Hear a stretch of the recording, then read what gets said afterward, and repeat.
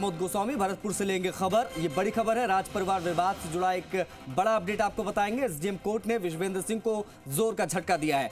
SDM court ने कहा है कि मामला एसडीएम कोर्ट में चलने लायक नहीं है, सिविल कोर्ट में याचिका दायर की जाए क्योंकि मामला पारिवारिक है। कोर्ट ने विश्वेंद्र सिंह की याचिका खारिज कर दी है। कोर्ट ने कहा है कि पूर्व मंत्री के लिए भरण पोषण की आवश्यकता नहीं है। पूर्व मंत्री को सरकार पेंशन देती है, सरकारी पेंशन मिलती है। यह पूर्व राज परिवार से जुड़े सदस्य हैं। इनका पारिवारिक विवाद धन संपत्ति लेन देन का, इसीलिए सिविल कोर्ट में जाकर वाद दायर करनी चाहिए। यह मैटर भरण पोषण अधिनियम में नहीं आता है। पूर्व कैबिनेट मंत्री विश्वेंद्र सिंह ने 6 मार्च को लगाई थी यह याचिका, जो हो गई है खारिज। बड़ी खबर है, देवेंद्र हमारे सहयोगी कनेक्ट हो गए हैं, उनसे बातचीत करेंगे। देवेंद्र, विश्वेंद्र सिंह को लग गया झटका, याचिका खारिज हुई है, क्या अपडेट्स कोर्ट से? पूरे मामले में बड़ा अपडेट यही है कि विश्वेंद्र सिंह को एसडीएम कोर्ट ने बड़ा झटका दिया है। विश्वेंद्र सिंह की जो भरण पोषण की याचिका थी, जो 6 मार्च को एसडीएम कोर्ट भरतपुर में उन्होंने लगाई थी, उसको कोर्ट ने खारिज कर दिया। उन्होंने कहा है कि ये मामला भरण पोषण अधिनियम का में नहीं आता है, ये सिविल सूट का मामला है, सिविल कोर्ट का मामला है। विश्वेंद्र सिंह क्योंकि पूर्व मंत्री रह चुके हैं, भरण पोषण की उनको आवश्यकता नहीं है, उनको सरकार पेंशन देती है। पूर्व राज परिवार के सदस्य उनकी और जो अन्य जो लोग हैं जिनके खिलाफ परिवाद दायर किया था, उनके खिलाफ उनमें आपस में पारिवारिक विवाद है। इस पूरे मामले को सिविल कोर्ट में ले जाना चाहिए, सिविल कोर्ट में वाद दायर करना चाहिए, इस तरह की बात कोर्ट ने कही और उस याचिका को अस्वीकार करते हुए खारिज कर दिया है। विश्वेंद्र सिंह के वकील जो है यशवंत फौजदार, उन्होंने मीडिया से बातचीत करते हुए कहा था कि हमने अपना पक्ष रखा था लेकिन हमारे पक्ष को खारिज कर दिया गया है, अब हम सिविल कोर्ट में जाएंगे, इस तरह की बात उन्होंने कही है। जी, पोषण की जहां तक बात है तो उसमें कोर्ट ने शायद ये भी मेंशन किया है ना देवेंद्र की इनको बाकायदा पेंशन सरकार की तरफ से मिलती है, तो इनको क्या आवश्यकता है भरण पोषण की? क्या ये टिप्पणी भी की गई है?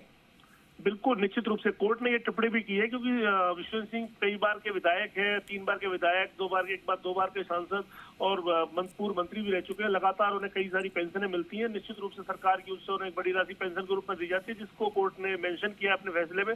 उन्होंने कहा है कि इनको भरण पोषण की इसलिए आवश्यकता नहीं है क्योंकि ये पूर्व मंत्री रह चुके हैं, पूर्व विधायक रह चुके हैं, पूर्व सांसद रह चुके हैं, इनको सरकारी पेंशनें मिलती हैं, तो निश्चित रूप से इनको भरण पोषण की कोई आवश्यकता नहीं है। इनका पारिवारिक विवाद है, इस पारिवारिक विवाद में जो संपत्ति का लेन देन का विवाद है, इसको सिविल कोर्ट में ले जाना चाहिए, वहीं दायर करना चाहिए। जो मैटर है भरण पोषण अधिनियम का, वो यहाँ पर सुनने लायक नहीं है, उस याचिका को खारिज कर दिया एसडीएम कोर्ट ने। एसडीएम कोर्ट ने देवेंद्र जो कहा है, क्या इसको सिविल कोर्ट में भी कंसीडर किया जा सकता है क्या इन टिप्पणियों को, क्योंकि टिप्पणियां बेहद महत्वपूर्ण हैं जो की गई हैं एसडीएम कोर्ट के द्वारा?